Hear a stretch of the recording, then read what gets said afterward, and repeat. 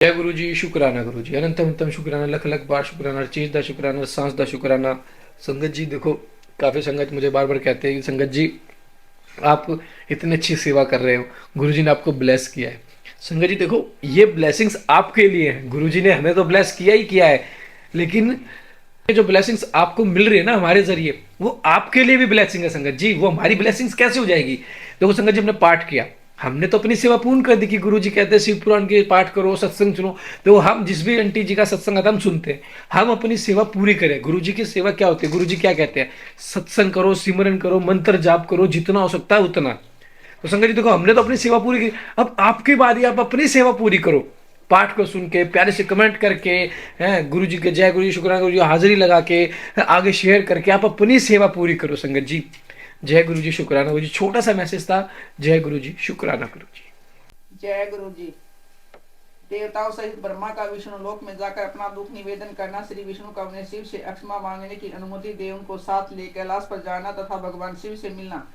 नारद जी ने कहा कि विधाता महाप्राज्ञ आप शिव तत्वों का साक्षात्कार करने वाले हैं। आपने यह बहुत बड़ी अद्भुत एवं रमणीय शिव लीला सुनाई है। तात वीरभद्र जब दक्ष के यज्ञ का विनाश करके कैलाश पर्वत पर चले गए तब क्या हुआ, यह हमें बताइए। ब्रह्मा जी बोले कि नारद रुद्र देव के सैनिकों ने जिनके अंग भंग कर दिए थे, वे समस्त राजित देवता और मुनि उस समय मेरे लोक में आए। वहां मुझ स्वयंभू को नमस्कार करने सबने बारंबार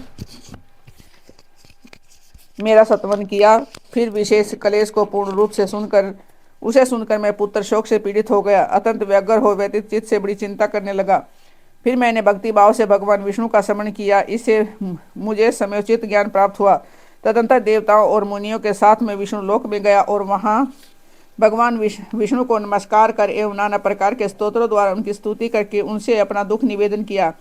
मैंने कहा, देव, जिस तरह भी यज्ञ पूर्ण हो, यजमान जीवित हो और समस्त देवता तथा मुनि सुखी हो जाए, वैसा उपाय कीजिए। देव देव रमानाथ देव सुखदायक विष्णु, हम देवता और मुनि निश्चय ही आपकी शरण में आए हैं। मुझ ब्रह्मा की यह बात सुनकर भगवान लक्ष्मीपति विष्णु, जिनका मन सदा शिव में लगा रहता है और जिनके हृदय में कभी दीनता नहीं आती, शिव का स्मरण करके इस प्रकार बोले।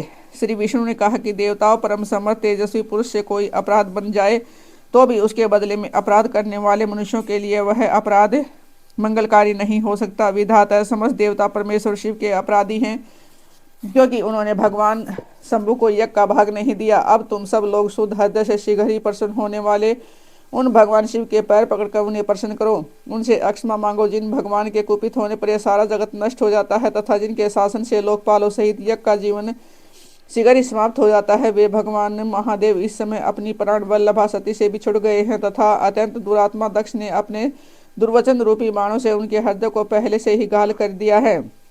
अतः तुम लोग शीघ्र ही जाकर उनसे अपने अपराधों के लिए क्षमा मांगो। विदेह उन्हें शांत करने का केवल यही सबसे बड़ा उपाय है। मैं समझता हूँ ऐसा करने से भगवान शंकर को संतोष होगा और यह मैंने सच्ची बात कही है। ब्रह्मण, मैं भी तुम सब लोगों के साथ शिव के निवास स्थान पर चलूंगा और उनसे क्षमा मांगूंगा। देवता आदि सहित मुझ ब्रह्मा को इस प्रकार आदेश देकर श्री हरि ने देवगणों के साथ कैलाश पर्वत पर जाने का विचार किया। तदंतर देवता मुनि और प्रजापति आदि जिनके स्वरूप ही हैं वे श्रीहरि उन सबको साथ ले अपने बैकुंठ धाम से भगवान शिव के शुभ निवास गिरिश्रेष्ठ कैलाश को गए। कैलाश भगवान शिव को सदा ही अत्यंत प्रिय है। मनुष्यों से भिन्न किन्नर अप्सराएं और योग सिद्ध महात्मा पुरुष उसका भली भांति सेवन करते हैं तथा वह पर्वत बहुत ही ऊंचा है। उसके निकट रुद्रदेव के मित्र कुबेर की अलका नामक महादिव्य एवं रमणीय पुरी है, जिससे सब देवताओं ने देखा। उस पुरी के पास ही सौगंधिक वन भी देवताओं की दृष्टि में आया, जो सब प्रकार के वृक्षों से हरा भरा एवं दिव्य था। उसके भीतर सर्वत्र सुगंध फैलाने वाले सौगंधिक नामक कमल खिले हुए थे। उनके बाही भाग में नंदा और अलकनंदा, ये दो अत्यंत पावन है दिव्य सरिताएं बहती हैं, जो दर्शन मात्र से प्राणियों के पाप हर लेती हैं। यक्षराज कुबेर की अलकापुरी और सौगंधिक वन को पीछे छोड़कर आगे बढ़ते हुए देवमाताओं ने थोड़ी ही दूरी पर शंकर जी के वट वृक्ष को देखा। उसने चारों ओर अपनी अविचल छाया फैला रखी थी। वह वृक्ष 100 योजन ऊंचा था और उसकी शाखाएं ऊपर 75 योजन तक फैली हुई थी। उस पर कोई घोंसला नहीं था और ग्रीष्म का ताप तो उससे सदा दूर ही रहता था। बड़े पुण्यात्मा पुरुषों को ही उसका दर्शन हो सकता है। वह परम रमणीय और अत्यंत पावन है। वह दिव्य वृक्ष भगवान शंभु का योग स्थल है। योगियों के द्वारा सेव्य और परम उत्तम है। मुमुक्षुओं के आश्रय भूत उस महायोगमय वट वृक्ष के नीचे विष्णु आदि सब देवताओं ने भगवान शंकर को विराजमान देखा। मेरे पुत्र महासिद्ध सनकादि जो सदा शिव भक्ति में तत्पर रहने वाले और शांत है, बड़ी प्रसन्नता के साथ उनकी सेवा में बैठे हैं। भगवान शिव का श्री विग्रह परम शांत दिखाई देता था। उनके सखा कुबेर जो हैं गुहे को और राक्षसों के स्वामी हैं, अपने सेवक गणों तथा कुटुंब जनों के साथ सदा विशेष रूप से उनकी सेवा किया करते हैं। वे परमेश्वर शिव उस समय तपस्वी जनों को परम प्रिय लगने वाला सुंदर रूप धारण किए बैठे थे। भस्म आदि से उनके अंगों की बड़ी शोभा हो रही थी। भगवान शिव अपने वत्सल स्वभाव के कारण सारे संसार के सूर्य दहन आदि उस दिन वे एक कुशासन पर बैठे थे और सब संतों के सुनते हुए तुम्हारे प्रश्न करने पर तुम्हें उत्तम ज्ञान का उपदेश दे रहे थे। वे बाया चरण अपनी दाई जांग पर और बाया हाथ बाएं घुटने पर रखे कलाई में रुद्राक्ष की माला डाले सुंदर तर्क मुद्रा से विराजमान थे।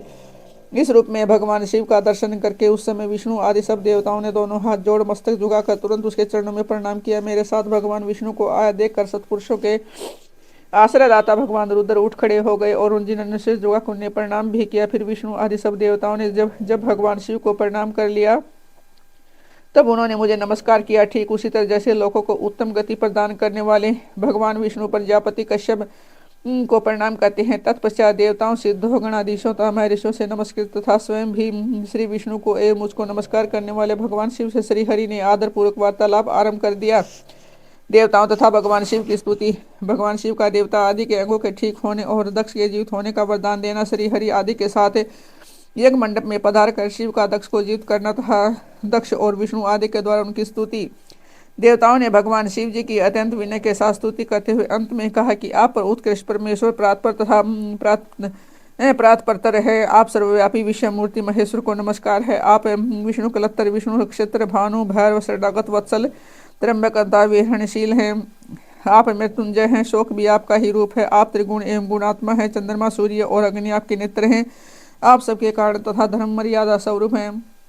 आपको नमस्कार है। आपने अपने ही तेज से संपूर्ण जगत को व्याप्त कर रखा है। आप निर्विकार प्रकाशपूर्ण चिदानंद स्वरूप और ब्रह्म परमात्मा है।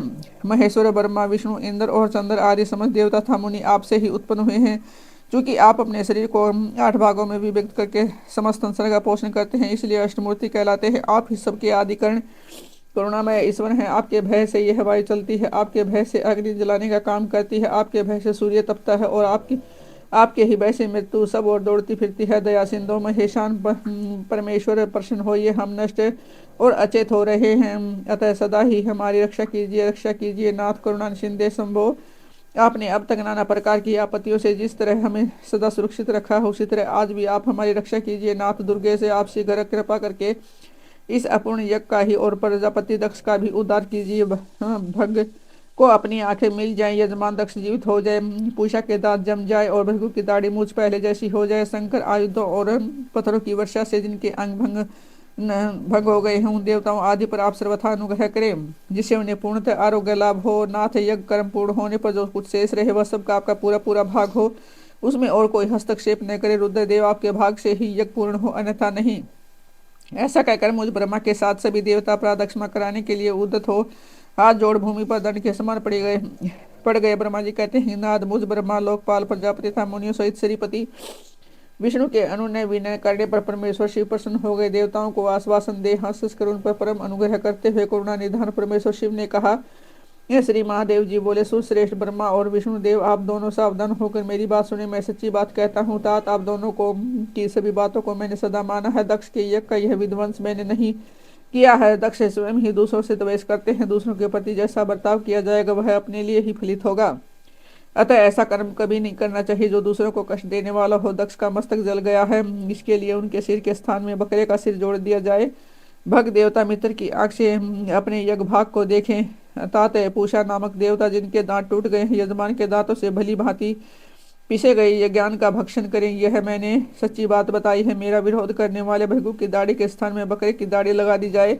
शेष सभी देवताओं के जिन्होंने मुझे यज्ञ भाग के रूप में यज्ञ की विशेष वस्तुएं दी हैं, उसके सारे अंग पहले की भांति ठीक हो जाए। अब आदि यज्ञिकों में से जिनकी भुजाएं टूट गई हैं, वे अश्वनी कुमारों की भुजाओं से, और जिनके हाथ नष्ट हो गए हैं वे पूषा के हाथों से अपने काम चलाइए। मैंने आप लोगों के प्रेम वश कहा है। ब्रह्मा जी कहते हैं, नाद ऐसा कहकर वेद का पूरा अनुसरण करने वाले सुर सम्राट चरापति चराचर पति दयालु परमेश्वर महादेव जी चुप हो गए। भगवान शंकर का यह भाषण सुनकर श्री विष्णु और ब्रह्मा सहित संपूर्ण देवता संतुष्ट उन्हें तत्काल साधुवाद देने लगे। तदंतर भगवान शंभु को आमंत्रित करके मुझ ब्रह्मा और देव ऋषियों के साथ श्री विष्णु अत्यंत हर्षपूर्वक पुनः दक्ष की यज्ञशाला की ओर चले।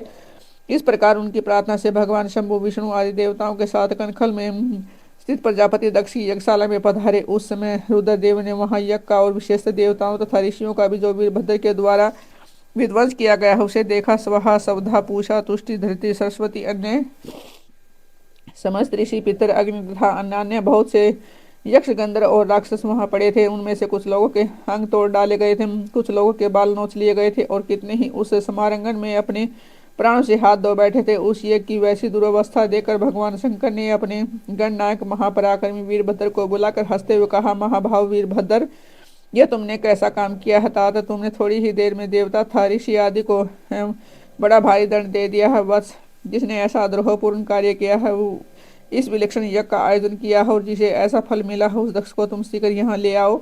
भगवान शंकर के ऐसा कहने पर वीरभद्र ने बड़ी उतावली के साथ दक्ष का धड़ लाकर उनके सामने डाल दिया। दक्ष के उस शव को सिर से रही देख लोक कल्याणकारी भगवान शंकर ने आगे खड़े हुए वीरभद्र से हंसकर पूछा, दक्ष का सिर कहाँ है?